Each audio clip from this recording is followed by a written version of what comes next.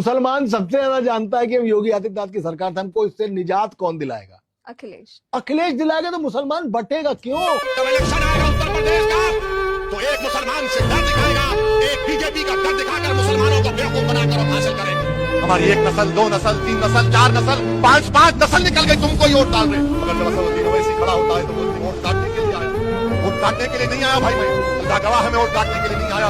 मैं इन लोगों को करीब से जानता हूँ, जिम्मेदारी के साथ कह रहा हूँ कि कुछ फर्क नहीं है इन लोगों को। कोई मोहब्बत से वार करता है, कोई गुस्से में वार करता है, यही फर्क है। मुसलमानों को फिर से डराया जा रहा है। समाजवादी पार्टी के अध्यक्ष मुसलमानों को समाजवादी पार्टी बीजेपी से फिर से डराने में लग चुकी है। भारतीय जनता पार्टी जीत गई तो आखिरी बार वोट डाल रहे होगे आप।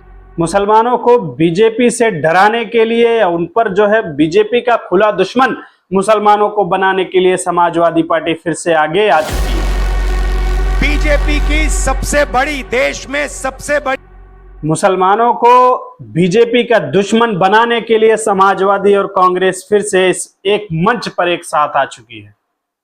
लेकिन ये आप पर तय करेगा, ये मुसलमानों पर तय करेगा कि वो डरने वाले हैं या फिर जो है एक अलम के नीचे आने वाले हैं। दोस्तों, आपको मालूम होगा 2027 का इलेक्शन बहुत ही करीब आ चुका है और इस इलेक्शन की वजह से तमाम की तमाम जगह रैलियां हो रही हैं और जितने भी राजनीतिक दल हैं वो सब के सब रैलियों पर रैलियां कर रहे हैं। अभी कल की बात है, अखिलेश यादव प्रयागराज जा रहे थे तो उनकी गाड़ियों को रोका गया, काले झंडे दिखाए गए। ये सब चीजें हो रही है उत्तर प्रदेश में और होनी भी चाहिए। क्यों नहीं होनी चाहिए?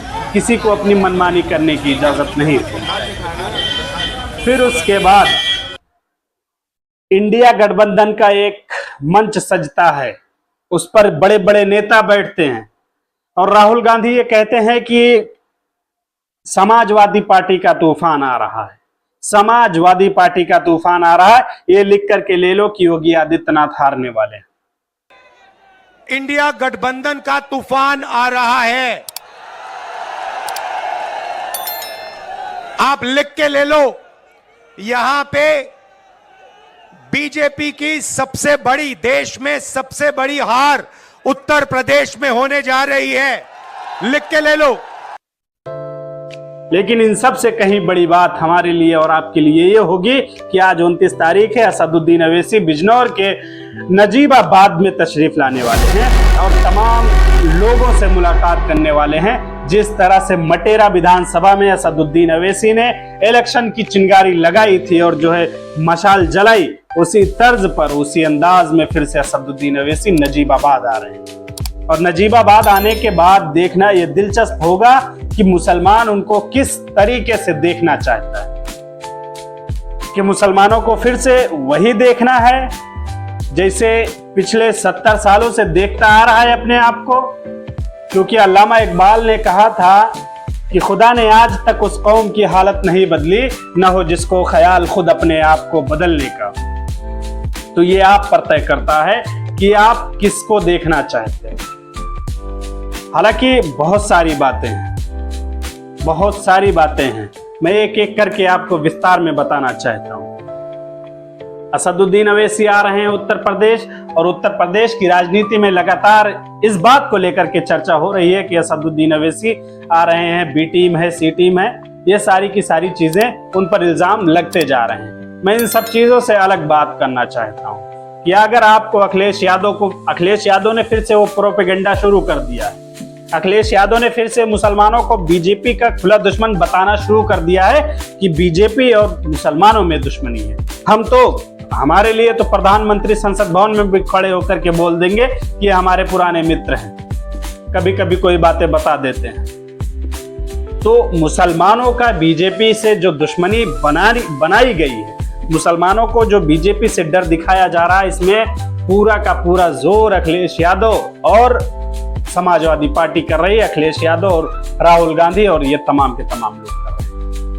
यहां तक कि ये कहा जा रहा है, मैं आप वीडियो डाल दूंगा, आप लोग देख लीजिएगा, कि ये कह रहे हैं कि मुसलमानों को ये समझ में नहीं आ रहा है कि योगी आदित्यनाथ की सरकार से छुटकारा कैसे पाया जाए और छुटकारा दिलाएगा कौन? अखिलेश यादव दिलाएंगे छुटकारा। तो मुसलमान बटेगा नहीं, मुसलमान बटेगा नहीं तो वोट किधर भी जाएगा नहीं।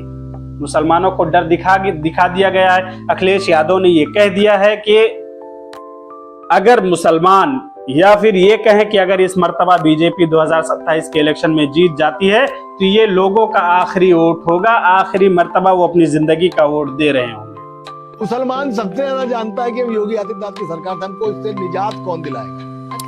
अखिलेश दिलाएगा। तो मुसलमान बटेगा क्यों? उनको हराने के लिए प्रशासन ने और शासन ने क्या किया था?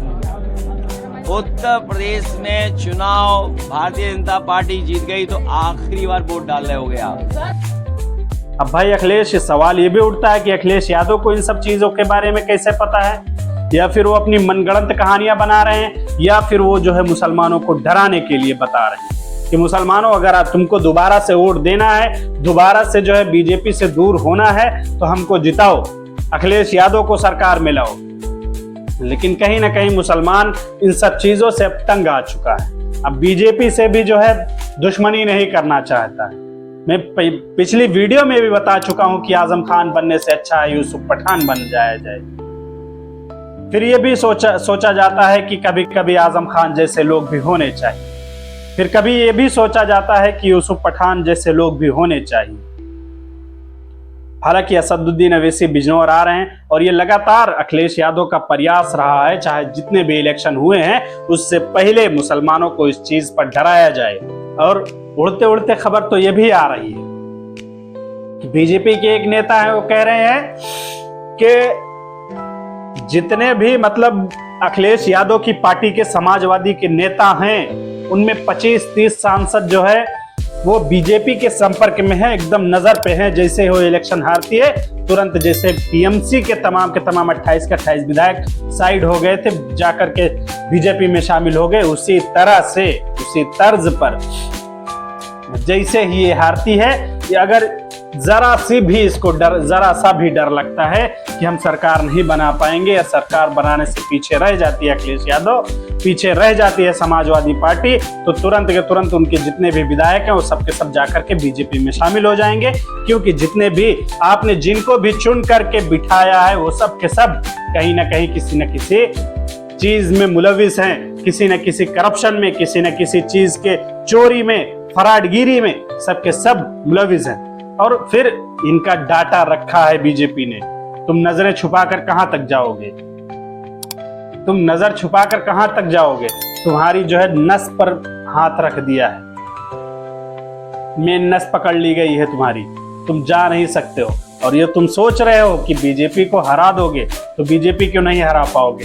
अगर ये सोच रहे हो कि असदुद्दीन अवैसी से हट करके तुम सरकार बना लोगे, तो सरकार भी नहीं बना पाओगे। अखिलेश यादव, ये बात अपने कान खोलकर सुन लीजिए कि आप असदुद्दीन अवैसी के बगैर सरकार नहीं बना सकते हो। क्योंकि जिस लहर को बिहार ने देखा, बिहार ने समझा, वहां पर 5 सीटें जीती हैं। और जिस तरह से असदुद्दीन अवैसी की पार्टी पिछले 5 सालों से उत्तर प्रदेश में मेहनत कर रही है, और हर एक जिले में मेहनत कर रही है, जो उनके कार्यकर्ता हैं, जो बगैर किसी लाभ के, बगैर किसी पैसे की मदद के अपनी मेहनत जारी रखते हैं, ये उम्मत मुस्लिमा की, या फिर अपने लोगों की, या कहें पिछड़े वर्ग के लोगों की मेहनत, पिछड़े वर्ग के लोगों के लिए जो तमाम के तमाम लोग लगे हुए हैं उस पार्टी के साथ, उस पार्टी में मेहनत कर रहे हैं, तुम उनको हराना चाहते हो। अखिलेश यादव ने यह कहा कि अगर इस मर्तबा बीजेपी जीत जाती है तो हो सकता है शायद ये उत्तर प्रदेश का आखिरी चुनाव हो। और ये भी कह रहे हैं कि प्रधानी का इलेक्शन नहीं होने वाला है, जितने भी प्रधान लोग हैं वो अपनी प्रधानी की तैयारी करना छोड़ दें।